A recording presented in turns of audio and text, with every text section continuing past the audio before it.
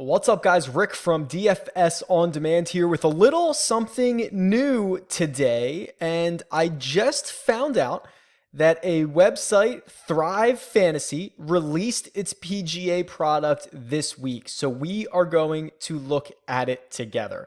I will say off the top, I am not affiliated with Thrive in any way. I actually learned about them through a podcast. They went on The Pitch, which is a podcast that I listen to. It's basically like Shark Tank, where they went on and pitched about their fantasy sports app and website. And that's actually how I found it. And we'll talk through how I feel about it. From what I understand, they do not have an affiliate program that is set up at the moment. It looks like they're, I don't know how far into business they are, quite honestly, but it doesn't look like they have an affiliate program set up yet. But apparently, if you do sign up for a new account, send me your username, either leave a comment below or DM me on Twitter or email it to me. And apparently, if I send those usernames over, they'll credit both of our accounts with $10. That is my understanding. That's my understanding. Okay. Again, not affiliated in any way, but I want to talk about this a little bit because I think it is actually part of a little bit of a bigger, better discussion that we should have. As you're probably aware, I play primarily on DraftKings, and it's not because I'm super loyal to them, but I do think that they currently have the best product out there on the site right now for my purposes, which are playing in big GPPs and trying to win a lot of money. If I wish there was more competition, I want other sites to be out there competing, taking some of the market share. I think it helps everybody. So when Yahoo goes and runs their rake free weeks or whatever it is, I think you should go play there. Put your money where your mouth is, right? We complain about the rake all the time. Go over to Yahoo and play there. Fantasy Draft, I believe they have rake free heads up contests. And I think they're also working on some type of subscription model. So when that comes out, I'm going to check it out. I'll make a video about it. Like I encourage innovation. I encourage competition. I applaud the sites that are going to do things differently. And Thrive caught my attention because they do things a little bit differently. Whether it's good or bad, we're going to find out. So what their big thing is around basically prop bets.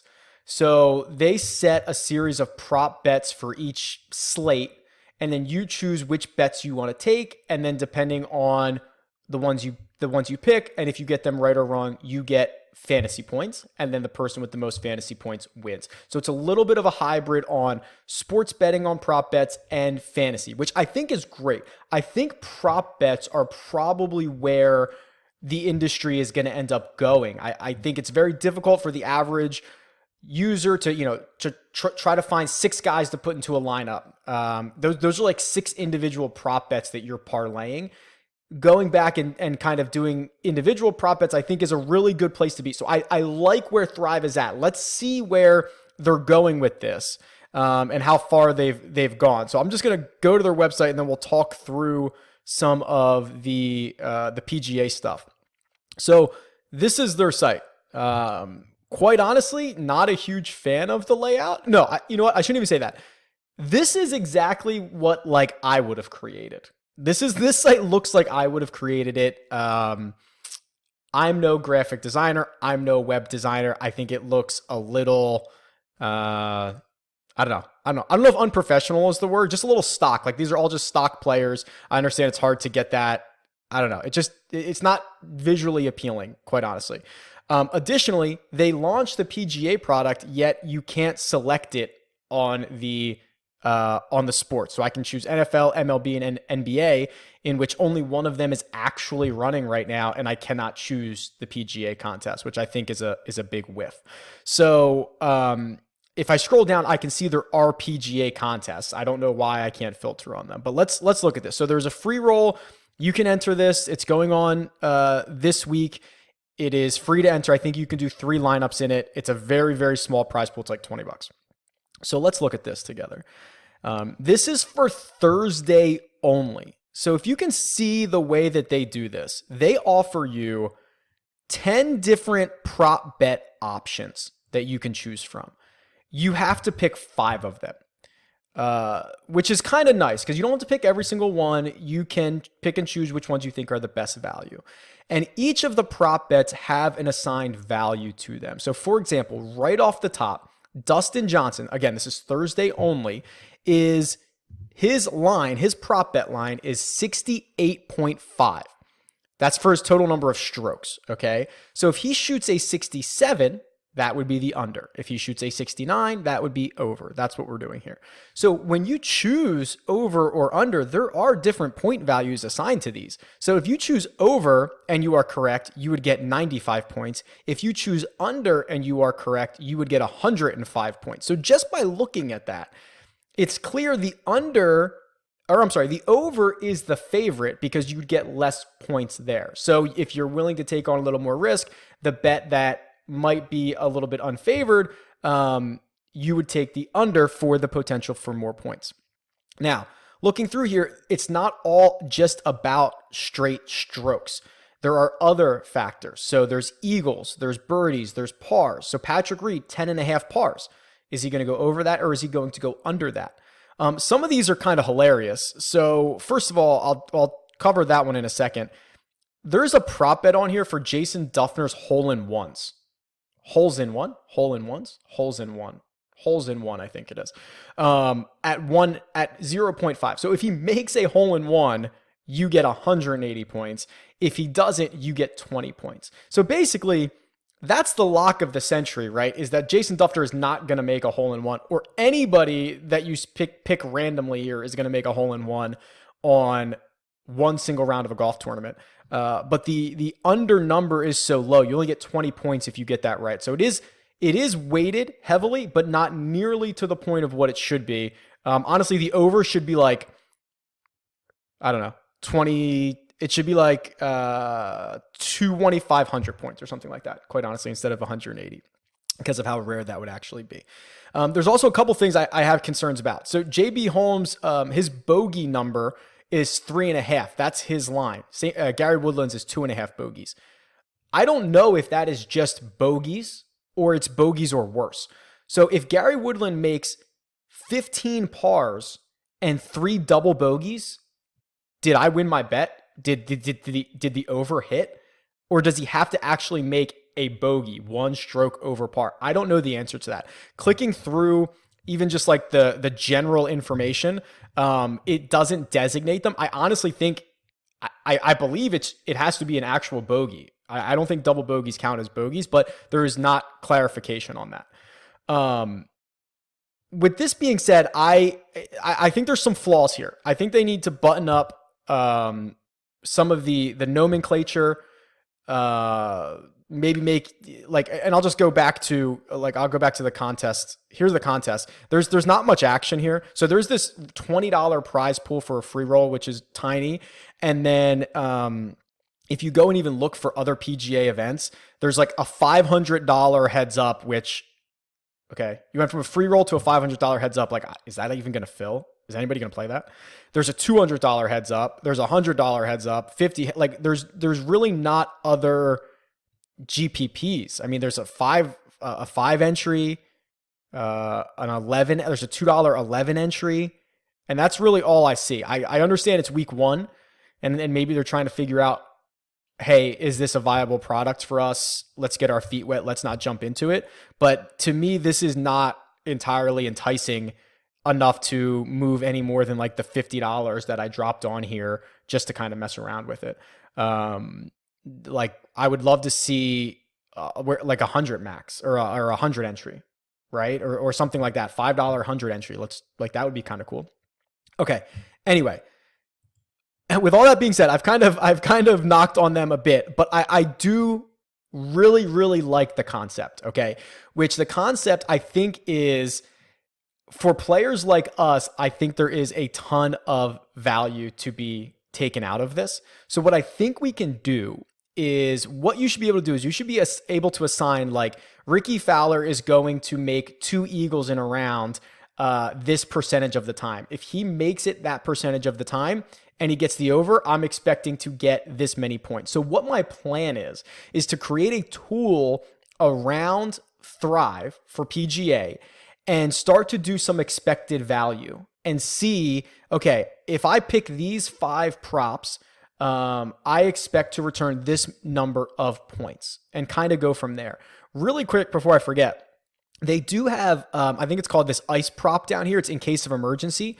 So basically, I think you actually end up picking 6 props. And then if for whatever reason a guy withdraws, or I don't know what they define as like unforeseen circumstances, that your in case of emergency prop would take that place. So it's actually kind of nice. You don't get burned too often.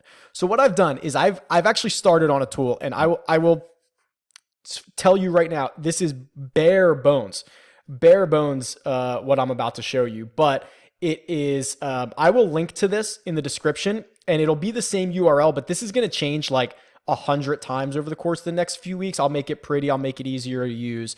But here's where my brain is at for a second. I've just pulled together the 10 players that Thrive is offering right now, and I'm looking back at the last couple of years of each round. So remember, this is Thursday only. So on the left-hand side here, I have what their average rounds would be. So for example, Dustin Johnson, his number is 68.5. So he averages in a round about 69.3. Now, I can change this. This week is a par 72. So if I change it to par 72s, DJ's actually closer to a 70 scoring average. Now, that doesn't mean a whole lot because this course is going to be different than a lot of other courses. But you can conceivably be like, okay, is DJ going to shoot? I mean, he has to shoot 4 under to hit the under on this. If you don't think that he's going to, you go out and pick the over. That one's not as easy. There are some that are complete no-brainers. Ricky Fowler is the second prop on here. His Eagles line is 1.5. And I had to I quadruple checked this to make sure this wasn't for the entire tournament, which I still think is way too high. There is no way Ricky Fowler makes 2 Eagles in this round of golf on Thursday. There's no way. So let me just show you. I'll click par 72s and I'll click on Ricky Fowler. He has never made 2 Eagles in a round on a par 72 in his entire, well, it's not his entire career, it's the last 4 years.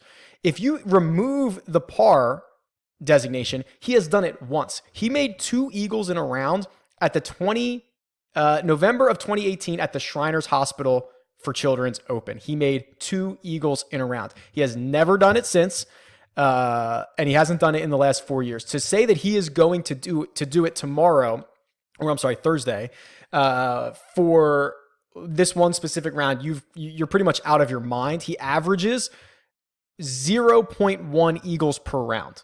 So to say he's going to do 2 is probably not going to happen. So that the under 75 points is a mortal lock here. Now, it's not going to earn you as many points as some of the other bets, but it's an absolute mortal lock.